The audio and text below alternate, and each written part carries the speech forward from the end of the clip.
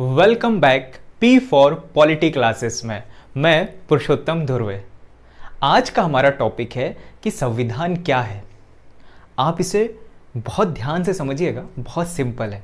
ठीक है, कुछ एग्जाम्पल से मैं इसको बताना चाहूँगा।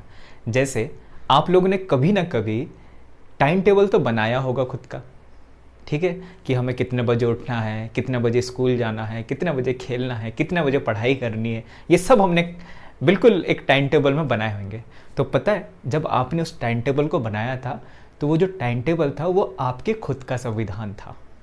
ठीक है, आपका संविधान था वो। जैसे अगर मैं टाइम टेबल बनाता हूँ अपने खुद का तो ये मेरा संविधान है। ठीक है, इसी प्रकार आपके घर में भी आपके माता पिता ने कोई नियम बनाए होंगे। ठीक है, उसमें यह होगा, वो भले कहीं नहीं लिखे हैं पर उसमें ऐसा है कि आपको आपके घर वालों ने बता दिया होगा कि आपको इतने बजे घर आ जाना है, आपको इतनी देर तक वहाँ पर रहना है, फिर इतने टाइम पे आपको अपने घर आना है, वापस लौटना है। तो कहीं ना कहीं एक नियम बना था आपके घर में।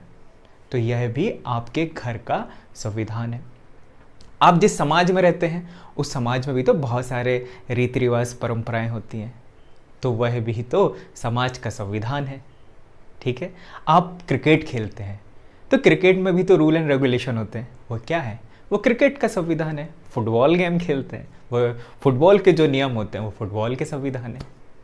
आप किसी कंपनी में काम कर रहे हैं और उस कंपनी में बोला गया है कि आपको इतने से इतने बजे आना है, यहाँ पे पार्किंग करनी है, आपको इतनी सैलरी मिलेगी, आपको इस प्रकार का काम करना है।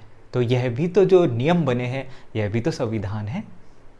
ठीक है, कोई पार्टी है, कोई ग्रुप है, उसका भी तो कुछ नियम होता है, तो उस ग्रुप का संविधान है।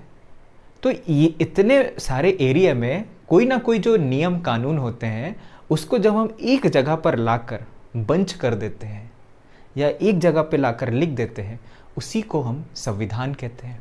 अब बात आती है हमारे देश की। तो हमारे देश को चलाना है, उसके लिए भी तो कुछ नियम होने चाहिए, कुछ नियम कानून होने चाहिए। तो उसके लिए हमने बनाया अपने देश का संविधान, जिसे हम इंडियन कॉन्स्टिट्यूशनल कहते हैं या भारतीय संविधान कहते हैं। तो इससे यह बात समझ में आई कि एक ऐसी बुक जिसमें देश को चलाने के लिए नियम कानून लिखे गए हैं। बहुत ही सिंपल है, जिसको हम लोग यह बोल सकते हैं कि रूल ऑफ बुक है या रूल ऑफ डॉक्यूमेंट्स है, कानून या विधि का दस्तावेज। ठीक है, तो इसी प्रकार हम यह कह सकते हैं कि हमारे देश को चलाने के लिए जो सर्वोच्च कानून है, जो सुप्रीम लॉ है, वह हमारे देश का संविधान है। अब ये जो संविधान है ये सबसे सुप्रीम है, सबसे हाई है, सर्वोच्च है। कैसे? जैसे कि मान लो कि मैंने अपने घर का टाइम टेबल बनाया हुआ है, मेरे खुद का टाइम टेबल है। अब उस टाइम टेबल में ऐसी कुछ बात लिखी गई है जो हमारा जो इंडियन कॉन्स्टिट्यूशन है, संविधान है, उसके अगेंस्ट जा रहा है। तो जीतेगा कौन? हमारे देश का संविधान। समाज ने कोई नियम बनाया है और वह नियम संविधान, जो हमारा भारत का संविधान है, उसके खिलाफ जा रहा है। तो जब समाज का संविधान और हमारे देश का जो संविधान है, जब वो दोनों टकराएंगे तो जीत हमेशा हमारे संविधान की होगी।